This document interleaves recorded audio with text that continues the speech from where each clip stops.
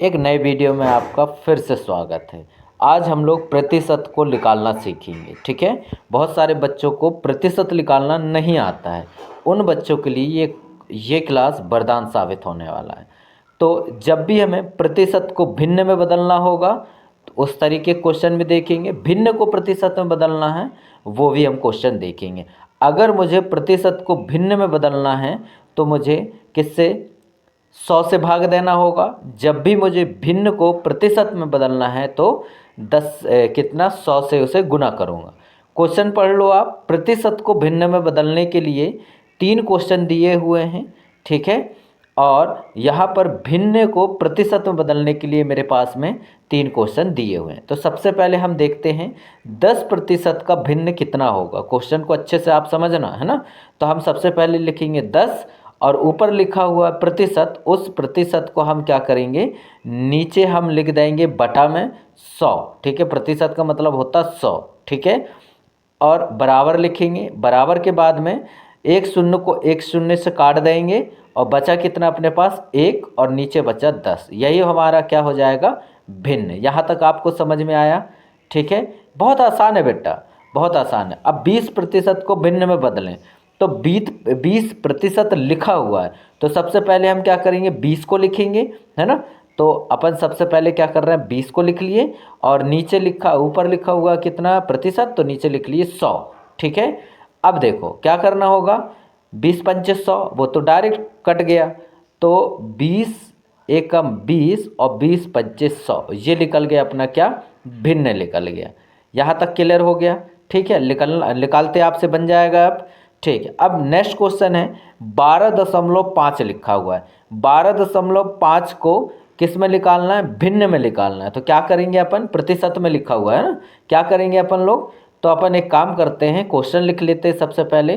12.5 और प्रतिशत है मतलब बटे में कितना लिख लाएंगे अपन, 100। ठीक है, यहाँ पर 100 लिख लिए। अब देखना दशमलव को यहाँ से हटाएंगे तो शून्य लग जाएगा यहाँ पर, है ना। ये शून्य लग गया तो नीचे हो गया 1000। ठीक है, अब देखो 1000 आया मतलब क्या होगा, यहाँ पर 1/8 इसका आंसर हो जाएगा। समझ में आ गया। चलो अब क्वेश्चन भिन्न को प्रतिशत में बदलने के लिए देखते हैं अपन।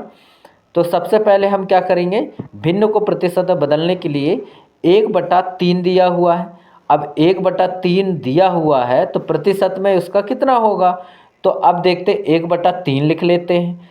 अब प्रतिशत पूछा है बेटा तो क्या करना पड़ेगा, अपने को 100 से मल्टीप्लाई करना पड़ेगा। तो एक काम करते हैं, 100 को 1 से मल्टीप्लाई जब मैं करूँगा तो कितना आ जाएगा, ऊपर 100 आ जाएगा। 100 एकम 100, तो देखो 100 एकम 100 आ गया और नीचे देखो 3 आ गया। ठीक है, अब देखो जैसे आप 100 को 3 से भाग दोगे तो 33 सही 1 कितना आ जाएगा, 3 आ जाएगा। ये आपका आंसर हो जाएगा। ठीक है, 1/4, जिसे देखना ध्यान से, 1/3 का क्वेश्चन मैंने करवा दिया है ना। और यहाँ पर अच्छे से देख लो आप, एक एक चीज़ को समझ लो। 1/4 को प्रतिशत में अब जब हमें बदलना होगा तो क्या करना पड़ेगा, 1/4 लिखेंगे। ठीक है, 1/4 हो गया। मल्टीप्लाई किससे करेंगे, 100 से करेंगे क्योंकि प्रतिशत में पूछा है। तो क्या हो जाएगा, 4 एकम 4। यहाँ पर अपन क्या करेंगे, देखो अब आप टेबल पढ़ते आने चाहिए। ठीक है, तो कितने बार में चला जाएगा, 25 बार में ये कट जाएगा। ठीक है, ध्यान से देखना, 25 बार में कट जाएगा। अगर काटते नहीं आता होगा तो 4 से भाग दे देना तो डायरेक्ट आ जाएगा ये। ठीक है, 25 बार में ये कट जाएगा। चलो अब क्वेश्चन कौन सा बच गया अपने पास में, क्वेश्चन बचा हुआ है 1/20। क्या बचा हुआ अपने पास क्वेश्चन, 1/20। अब 1/20 को अपने को कैसे निकालना होगा, तो वही सेम तरीका अपनाना है। पहले अपन लिखेंगे क्या, 1/20 लिख लेंगे और मल्टीप्लाई किससे करेंगे अपन, 100 से करेंगे। और बराबर में अपने पास में क्या जाएगा, प्रतिशत में। ठीक है, 20 एकम 20 और 20 पंचे 100। देख लो बेटा कितना आया आंसर इसका, 5 आ गया। प्रतिशत में है तो ये प्रतिशत में लिखेंगे, 5 आ गया, है ना।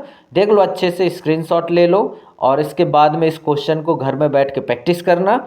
और जितना ज़्यादा आप प्रैक्टिस करोगे उतने ज़्यादा ये क्वेश्चन बन जाएंगे। 1 सेकेंड में नहीं लगेगा क्वेश्चन के आंसर निकालने में। ठीक है, आज के लिए बहुत बहुत धन्यवाद। कल मिलते हैं एक नेक्स्ट वीडियो के साथ। धन्यवाद।